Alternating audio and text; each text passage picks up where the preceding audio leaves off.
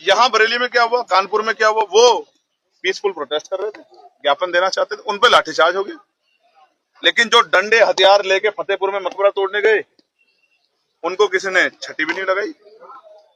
तो ये दो तरह का रवैया, इसको हिंदू हो, मुसलमान हो, जैन हो, सिख हो, क्रिश्चियन हो, बौद्ध हो, कोई नहीं कहेगा जो बात मैं कह रहा हूँ कि ये चंद्रशेखर ने गलत बात है। मुख्यमंत्री जो कह रहे हैं उस पर क्या कहना चाहेंगे? क्या कह रहे हैं? ठुकाई पिटाई करेंगे, 7 पीढ़ियां याद रखेंगे, ऐसा सबक सिखाएंगे। ये भाषा, पहली बात तो ये भाषा किसी मुख्यमंत्री की नहीं है। मुख्यमंत्री पद की एक गरिमा, एक अहमियत है। पहले भी मुख्यमंत्री हुए हैं, ठोक देंगे, पीट देंगे, ये कर देंगे, वो कर देंगे। और अपराधी पलायन कर गए थे तो अपराध कहां से हो रहा है? मैं फिर आपको स्पष्ट करना चाहता, सत्ता में अहंकार तो होता ही है, इस बात को आप माने या ना माने, लेकिन ये कटु सत्य है, ये कटु सत्य है, ये कटु सत्य है कि सत्ता में अहंकार तो होता ही है। और जब ये अहंकार सर पे चढ़ जाता है तो इस तरह के शब्दों का प्रयोग होता है। और मैं ये बस आपको ये कहना चाहता हूँ, ये जनता है, अहंकार को चकनाचूर कर देती है। लोकसभा में हो गया और अब आने वाले तीसरे पंचायत चुनाव में होगा, और इस गुंडागर्दी कांड 2027 में होगा, और आजाद समाज पार्टी उसमें बहुत बड़ा रोल अदा करेगी, ऐसा मेरा विश्वास। 27 में किसके साथ चुनाव लड़ेंगे? जनता के साथ गठबंधन करेंगे किसी अन्य दल के साथ? जनता के साथ मिलके चुनाव लड़ेंगे। आजम खान साहब बाहर आ गए हैं, आपके बड़े करीबी रिश्ते हैं, आशीर्वाद मिलने की उम्मीद है उनका?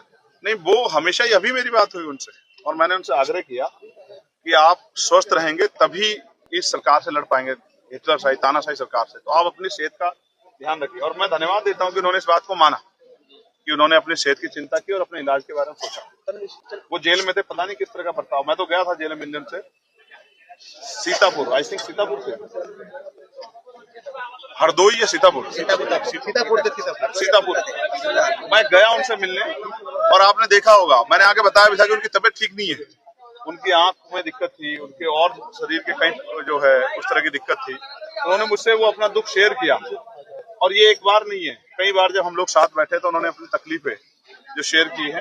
वो जो मेरा रिश्ता है उनसे, वो राजनीतिक नहीं, पारिवारिक रिश्ता है। मैं कोशिश करूंगा कि वो जल्द स्वस्थ हो जाए और हम इस लड़ाई को, अन्याय के खिलाफ इस लड़ाई को मजबूती से लड़ पाएं। एक बाबा की फिर गिरफ्तारी हो गई आगरा से, जो उन पर दिल्ली में 17 मुकदमे दर्ज है, लड़की ने कराए थे धोखाधड़ी के, क्या कहना है? कानून को अपना काम करना चाहिए। मैं फिर आपसे कहूंगा, एक बाबा ने अभी कहा भारतीय सर्वोच्च न्यायालय के चीफ जस्टिस को कि उनकी छाती फाड़ दी जाएगी, और यही बात अगर कहने वाला कोई मुस्लिम होता, कोई सिख होता, कोई जैन होता, कोई बुद्धिस्ट होता, तो शायद उसके घर पे अब तक उत्तर प्रदेश में बुलडोजर चल गया होता। लेकिन वो बाबा तो आराम से आनंद ले रहे हैं। और मैं ये मान सकता हूँ, हालांकि मैं नहीं मानता कोई सर्वोच्च पद पे जाके, चाहे वो राष्ट्रपति हो या प्रधानमंत्री हो या चीफ जस्टिस हो, कि उनको जाति पे जोड़ा जाए। लेकिन मैं समझता हूँ कि जाति अहंकार में, क्योंकि वो दलित समाज से आते हैं, क्योंकि जाति का भी जान नहीं सकते, इसलिए उनके बारे में इस तरह के शब्दों का प्रयोग किया गया। वरना चीफ जस्टिस के बारे में, चीफ जस्टिस के बारे में इस तरह के शब्द प्रयोग करने से पहले कई बार सोचना पड़ेगा। हमारी पार्टी में युवाओं का एक बहुत बड़ा जन समर्थन है। वो जन समर्थन बहुत मेहनत कर रहा है, लेकिन जन समर्थन को वोट में तब्दील करने के लिए हमें पढ़े लिखे समझदार लोगों की, उनके मार्गदर्शन की आवश्यकता है। तो आंदोलन को आगे बढ़ाने के लिए पार्टी ने तय किया कि जो लोग हमसे अभी दूर हैं, उनसे हम बैठ के चर्चा करें कि उनके ऐसे क्या सुझाव हैं जो वो हमारी पार्टी में देखना चाहते हैं। हालांकि लोकतंत्र में कोई किसी की सुनना नहीं चाहता, लेकिन आजाद समाज पार्टी चाहती है कि अगर जनता को सुझाव, जिन वर्गों की राजनीति हम लोग कर रहे हैं, गरीबों को, किसानों की, नौजवानों की, महिलाओं की, हक वंचित समाज की, उनकी अगर कोई समस्या है, वो किस तरह का नेतृत्व चाहते हैं, किस तरह का नेता चाहते हैं, किस तरह की उनकी समस्या, उनको भी अपने एजेंडे में, अपनी पार्टी के मैनिफेस्टो में जोड़ लिया जाए। इसलिए मुस्लिम समाज कार्यक्रम हुए, प्रबुद्धजन सम्मेलन हुए, पिछड़ा वर्ग अधिकार सम्मेलन हुए।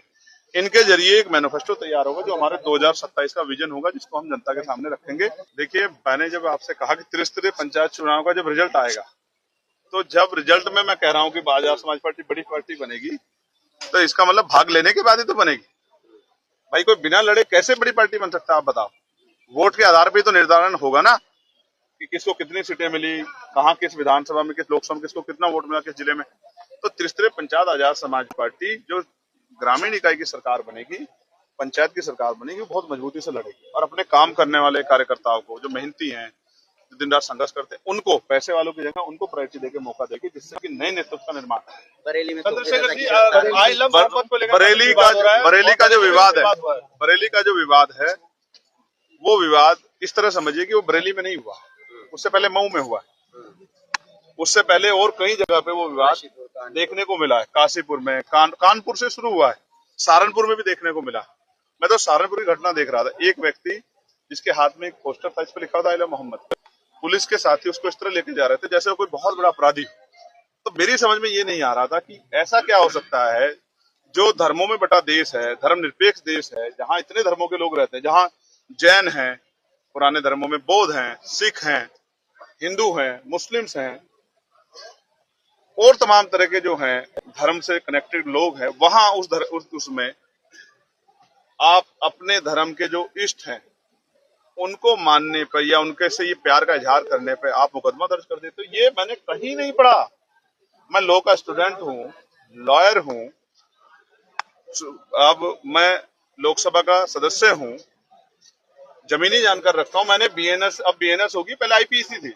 मैंने कहीं नहीं पढ़ा। अगर आप ये कहो, जैसे आपका नाम क्या है, उबैदुर रहमान, अगर मोहम्मद से प्यार करते तो आई लव मोहम्मद कहेंगे, इस पे कोई धारा नहीं बनती है। अगर आप में से कोई, जैसे आपका नाम क्या है, कुणाल चंद्रा, अगर आप जो है महादेव से प्यार करते हैं और वो आई लव महादेव लिखते हैं तो इस पे कोई धारा नहीं बनती है। ये फ्रीडम ऑफ स्पीच और एक्सप्रेशन जो है, और ये जो आर्टिकल 25-26 में धार्मिक स्वतंत्रता है, ये उस पर सीधा हमला है।